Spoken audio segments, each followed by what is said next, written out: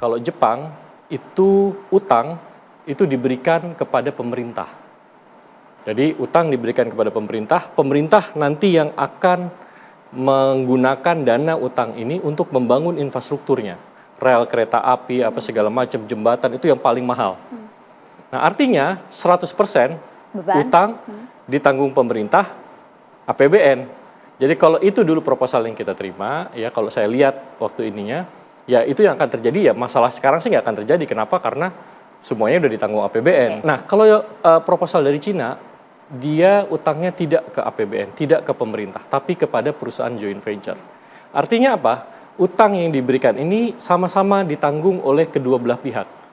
Kita punya 60-40%. Jadi ya Indonesia menanggung 60%, pihak Tiongkok juga menanggung 40%. Beda tadi kalau dengan Jepang, semuanya 100% akan ditanggung oleh pemerintah Indonesia. Gitu. Jadi ini menurut saya yang fundamental dan publik perlu tahu.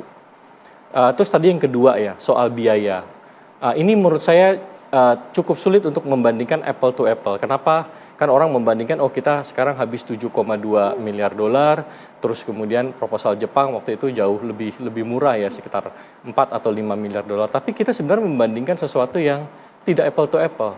Satu, proyeknya ini udah selesai, keluar angka 7,2 miliar, yang ini masih di atas kertas. Ya, itu tadi pemirsa salah satu pandangan ya dari Dewan Ekonomi Nasional. Ini merupakan pandangan skema pembayaran antara sebelumnya kita ketahui ini kerjasama ini akan dilakukan dengan Jepang begitu, yang kemudian dilaksanakan dengan Tiongkok. Saya akan kembali ke Mas Sunarsip. Mas, kalau kita melihat adanya wacana kereta ini akan diperpanjang sampai Surabaya begitu dengan segala macam polemik yang ada dan juga kondisi ekonomi Indonesia, seberapa mungkin? Ya mungkin saja, tapi kalau hanya mengandalkan konsorsium yang existing, itu tidak akan mungkin bisa kejadian. Oke. Tidak akan mungkin bisa kejadian. Kenapa? Gini, kapasitas KAI berapa sih grup? Ya, kalau mau investasi kemana gitu kan pasti nggak akan bisa. Dia misalnya, ini saya kebetulan orang keuangan ya, saya akan melihatnya dari sisi orang keuangan. Dia bank atau lender itu ngasih pinjaman setelah dia mengetahui debt to equity ratio berapa, rasio covenant-nya dia berapa. Itu harus jelas dulu ya? Jelas dulu. Dan itu kan nggak mungkin hanya mengandalkan kondisi keuangan KAI Group gitu kan. Itu satu. Jadi nggak mungkin kalau hanya mengandalkan existing konsorsium. Yang kedua, saya nggak tahu yang Cina ini yang sekarang jadi mitranya KAI itu seberapa kuat sih sebenarnya. Dugaan saya dia juga nggak terlalu kuat. Ini feeling saya ya, dugaan saya dia nggak terlalu kuat. Ya seperti sekarang dia tidak ambil action apa-apa terkait dengan polemik soal apa namanya, karena mungkin dia hanya minoritas, ya. Dia kan di situ 40%. Laporan keuangan lapor perusahaannya konsolidasinya ke KAI Group nih, bukan ke mereka. Gitu. Artinya apa? Mereka minoritas, dia nggak. Nah maka dia minoritas setelah melihat polemik. Mereka pasti melihat nih polemik KAI kereta cepat di Indonesia ini. Kalau investor itu melihat polemik seperti itu, pasti nadanya pasti akan negatif. Wah, kalau saya investasi ke sini lagi, mereka mempertimbangkan itu. Pasti pertimbangkan itu. Nah, artinya apa? Dua-duanya mungkin akan cari jalan keluar nih. Kalau bisa gitu, mungkin dua-duanya PT KAI atau PT dari Cina itu, dia mungkin akan cari gimana saya bisa keluar ya dari konsorsium ini. Gitu. Mas, berarti dengan kata lain rumit ya untuk membuat kereta cepat ini bisa sampai Surabaya dan tidak layak, bisa dikatakan seperti itu? Layak, tetap bisa layak, tapi tidak bisa hanya mengandalkan investor dua ini.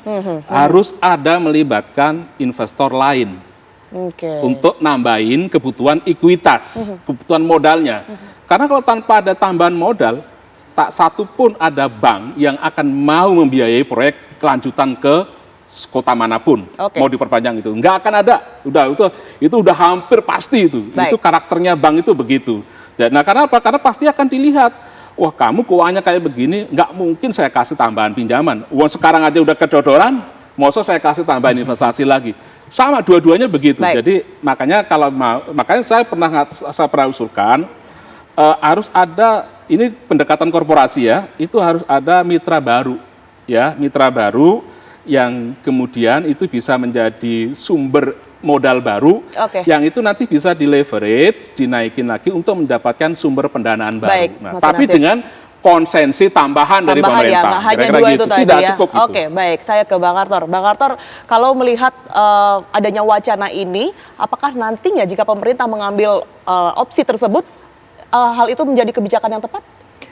Ya saya kira memang harus diperhitungkan lebih detail ya Oke. terkait dampak langsung maupun tidak langsungnya ke masyarakat karena memang Jakarta Surabaya lanjutan dari Jakarta Bandung ini saya kira memang hitung-hitungan bisnisnya kan kita lihat ya misalkan pasarnya itu kira-kira sebesar apa sih gitu. Apakah nanti pasarnya ini bisa menopang kinerja dari perusahaan itu dan lain sebagainya itu tetapi ada hal lain yang memang juga patut dipertimbangkan yang mungkin tidak langsung memberikan efek dengan keberadaan kereta cepat Jakarta Surabaya ini. Seperti misalkan masyarakat akan melihat bahwa mereka juga diperhatikan, tidak hanya Bandung misalkan itu. Jadi mereka juga punya sesuatu yang dibanggakan dari Jawa Timur, Jawa Tengah dan lain sebagainya. Itu dari sisi masyarakat ya. Saya pikir itu juga sesuatu hal yang positif. Belum nanti kalau misalkan itu juga menghubungkan banyak daerah wisata ya di daerah Jawa Timur maupun Jawa Tengah. Saya kira juga akan membuat market hal yang tidak hanya hitung-hitungan itu saja gitu ya. Itu akan menjadi supporting proposal itu saya kira ya. Jadi sesuatu yang menurut saya ke depan juga memang harus dikejar juga karena ada hal yang bisa mensupport itu misalkan ya sampai sejauh ini saya kira BUMN kita saya kira kan masih belum seefisien yang kita harapkan. Jadi kalau misalkan ini menjadi semacam pemicu agar BUMN kita itu lebih efisien dan efektif misalkan dengan memperbesar keuntungan dan lain sebagainya. Saya kira itu juga bisa digunakan suatu saat untuk menutupi apapun itu kekurangannya misalkan ya. Dan efek inilah yang mungkin yang kita sebenarnya dari publik, dari kebijakan publik dan sebagainya itu bisa diharapkan. Oke, Bang. Karena ini bukan sesuatu yang kita juga perlu hindari. Karena kita harus memang berani gitu. Karena kalau kita pengen maju, kita itu memang harus berani mengambil risiko. Dan bagaimana risiko itu kan kita mitigasi. Nah, itu ceritanya. Baik. Menurut saya perlu dikuatkan. Baik. Bang Nando, hal tersebut berkaitan dengan perpanjangan rute begitu ya, kereta cepat ini ke Surabaya nampaknya memang mungkin terjadi dan menjadi salah satu solusi, tapi banyak hal juga yang harus dilakukan, seperti salah satunya mungkin penambahan investor. Tanggapan Anda? Ya, jadi gini, yang kita mesti pahamin juga bahwa bisnis moda transportasi seperti kereta cepat ini, Mbak Tiara bisa cek, mungkin Bapak juga bisa cek seluruh dunia. Ini bukan proyek yang untung signifikan. Jadi ini benar-benar pas-pasan lah untung kita bisa sebutnya seperti itu ya. Itu satu. Yang kedua, di dalam korporasi bisnis, apalagi dalam BUMN, ini kan Bus ini kan baru mulai ya, baru 2 tahun ya. Jadi kalau perusahaan baru 2 tahun, terus kita belum untung signifikan, itu hal biasa. Dan di korporasi manapun juga namanya permasalahan cost overrun lah, masalah yang ini yang itu hal biasa. Dan proses renegosiasi kita dengan bank itu juga hal biasa. Apalagi mereka juga udah punya 40% dari saham itu ya. Jadi ini hal-hal seperti ini permasalahan-permasalahan yang orang-orang bisnis itu menghadapinya seperti biasa. Apalagi di BUMN, kami di Komisi 6 kan punya 1046 BUMN gitu. Hal ini termasuk hal yang kecil Mbak Tiara. Jadi nggak usah khawatir, kita akan selesaikan ini. Jadi hal-hal seperti ini akan kita hadapi dan kita akan selesaikan. Karena proyek kereta cepat ini, saya mesti akui, kami bangga juga kita punya kereta cepat yang ada di Indonesia gitu ya. Bahkan di beberapa negara-negara tetangga kita nggak punya gitu kereta cepat seperti kita gitu. Jadi kita mesti bangga dan saya rasa ini mesti kita lanjutkan berbagai cara, berbagai resiko, berbagai opsi-opsi yang tadi Bapak udah sebutkan itu saya sepakat juga. Cuman kan bukan berarti opsi itu tertutup gitu. Itu kan teori-teori yang harus kita laksanakan juga gitu. Jadi jangan sedikit-sedikit wah kalau misalnya ribut-ribut begini kita nggak lanjut lagi, kita stop apa segala macam. Jangan gitulah. Kita ada 1046 BUMN yang hal seperti ini juga kita terus lanjut. Kita gimana caranya kita harus cari solusi, harus terus berjalan, harus kita persembahkan ini untuk warga negara Indonesia gitu. Tapi apakah sangat mendesak Bang Nando kereta wush ini untuk sampai Surabaya? Nah, masalah desak-mendesak itu kan masalah kedua ya. Artinya kan tadi kan Mbak Tiara nanya apakah mungkin kita sampai Surabaya? Mungkin, tapi masalah kapannya itu saya nggak bisa jawab hari ini gitu. Karena ya kita harus selesaikan dulu yang Jakarta Bandung dulu. Ini masalah Jakarta Bandung yang seperti ini gitu. Kita harus pastikan kita harus selesaikan dulu permasalahan ini baru kita bisa menghitung kembali dari Jakarta ke Jawa Tengah lanjut ke Jawa Timur gitu. Jadi ini saya nggak bisa ngomong bahwa besok kita akan lanjut ke Surabaya. Enggak, karena kita harus selesaikan dulu permasalahan ini.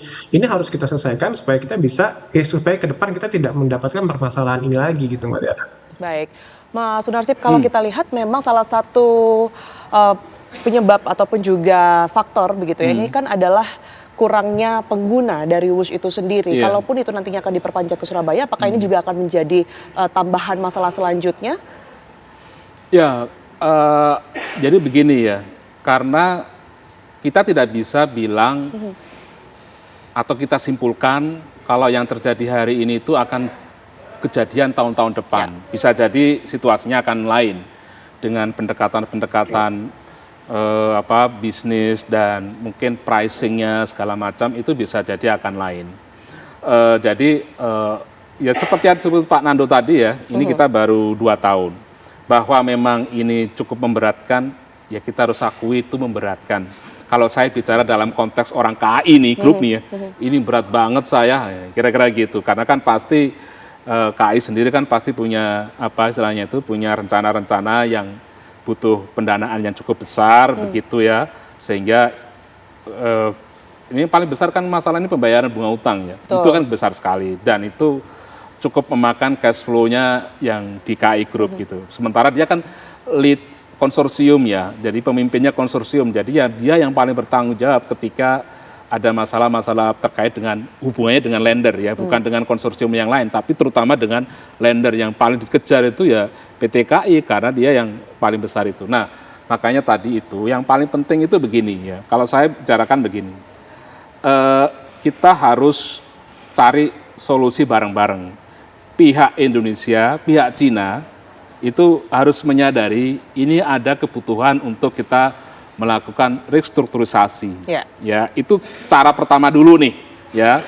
Karena kalau kita bicara tentang investasi dan lain-lain, itu mungkin step yang selanjutnya. Kenapa? Karena kalau kita mau ngomongin itu, terus kemudian problem keuangannya itu masih seperti sekarang, investor dan lender juga nggak akan ada yang mau, ya, nggak akan ada yang mau tuh membiayai.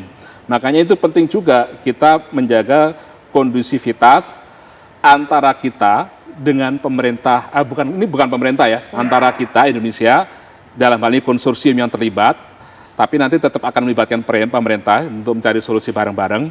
Itu dengan konsorsium Cina, itu juga dengan lender bareng-bareng gitu. Jadi ini kondusifnya harus dijaga. Karena begini, kalau ini kita juga harus bertanggung jawab ya, kalau kita sampai image KAI dan kereta api cepat itu negatif, itu image-nya nanti ke investor juga nggak bagus, ke kreditor juga nggak bagus gitu. Akhirnya mereka tidak mau lagi memberikan bekerja sama berinvestasi kepada konsorsium itu. Nah, image yang bagus itu kalau kita tetap memberikan tones yang positif terkait dengan prospek bisnis ini. Meskipun kita akui memang berat ya, memang kita hari ini berat ya. Makanya itu paling penting langkah pertama yang harus dilakukan oleh Danantara, karena ini kan masih government to government ya, business to business ya, B2B. maka yaitu cari jalan restrukturisasi. Nah, cari jalan restrukturisasi gimana caranya? Kita harus gandeng si konsorsium China-nya dan kita juga harus bicara dengan lender yang ada di bank. Karena ini kan banknya kan nggak ada yang dari Indonesia, sebagian besar dari sana semua. Tiongkok, ya kira-kira begitu. Itu bisa menjadi salah satu solusi dan juga rekomendasi. Saya bergeser ke Bang Arthur. Bang Arthur, kalau tadi sempat saya kutip ya, menarik juga yang dibahas oleh Mas Sunarsip berkaitan dengan image Indonesia. Kita ribut-ribut, nampaknya negara-negara lain juga sudah pasti mendengar begitu. Anda sendiri menilai apa yang terjadi saat ini seberapa signifikan mempengaruhi image Indonesia?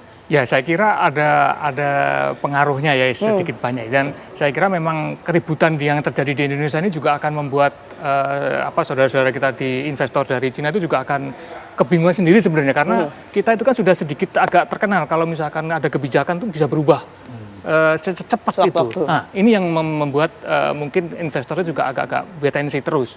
Nah, saya kira memang ini punya pengaruh pasti. Nah, cuma memang ini kan WUS ini sendiri kan saya kira kalau dari saya pribadi melihat ini kan semacam buah dari hubungan baik antara Indonesia dan Cina. Apapun toolsnya yang dipakai, misalkan BUMN China dan BUMN-nya Indonesia, tapi adalah buah hubungan baik dari pemerintah Indonesia dan Cina yang selama ini saya kira mereka juga akan terus support. Nah, KCIC ini kan sebenarnya bukan terus rugi saya kira. Kalau hitung-hitungan teoritisnya kan dia masih untung, walaupun untungnya nggak besar, dan karena nggak besar itulah sebenarnya tidak mudah untuk menutup utang yang ada kan gitu semacam. Nah, oleh karena itu mungkin benar kita memang membutuhkan waktu yang lebih lama lagi. Nah, seperti apa nanti konsekuensinya ya itu kan hitungan bisnis to bisnis itu sudah pasti ada ya. Terkait dengan yang penting ini tidak menimbulkan kesan kepada investor lain dan investor selain China dan investor di dalam negeri China itu tidak berpikir ulang ketika mau berinvestasi lagi di Indonesia, karena kita tetap membutuhkan. Kita tahu bahwa kita tuh memang kurang gitu untuk membangun, itu kurang dengan ambisi kita ya, itu masih kurang. Nah, pasti akan membutuhkan negara lain untuk ikut. Nah, bagaimana ini bisa kita atur sedemikian sehingga image itu tidak berubah, dan kita terus harus optimis dengan pertumbuhan ekonomi kita seperti apa yang dikatakan sama Presiden bahwa tumbuh seperti ini, karena kalau nggak tumbuh maka bisnis kita juga nggak jalan. Mau memperpanjang dari Jakarta ke Surabaya tadi akan tidak mudah karena pasarnya juga nggak besar. Pasar apa sih yang mau diambil? Kan mestinya pasar pesawat ya, Jakarta dan Surabaya. Jakarta sendiri 1,5 juta per bulan, Surabaya 500. Nah, berapa besar yang mau kita ambil yang di kereta ini? Nah, hitung-hitungan bisnis saja saya kira tidak cukup menurut saya. Harus ada hitung-hitungan lain yang mungkin secara banyak kita dengar secara sosial bagaimana, secara multiplier efeknya itu seperti apa, itu yang juga mungkin perlu diperhitungkan juga. Nah, terkait dengan yang lain kita juga harus secara paralel menyiapkan jaringan yang lain, karena WUS ini juga tidak bisa berdiri sendiri kan. Maka transportasi di Surabaya itu juga harus lebih baik, di Yogyakarta itu juga harus lebih baik, kalau enggak akan nggak nyambung semua. Nah, ini akan membuat biaya lebih tinggi. Kalau misalkan ini bisa diatur, saya kira biaya akan lebih murah dan masyarakat akan mendapatkan sesuatu yang luar biasa. Pertanyaannya adalah ini terus berjalan, waktu terus berjalan, kemudian juga tentu biaya akan semakin bertambah, dan kembali lagi Pak Prabowo juga sudah memerintahkan jajarannya untuk segera menyelesaikan dan juga mencari solusi yang paling jitu dari permasalahan ini begitu. Nah, itu yang kemudian akan kita bahas usai jeda berikut ini, pemirsa. Kami akan kembali untuk Anda.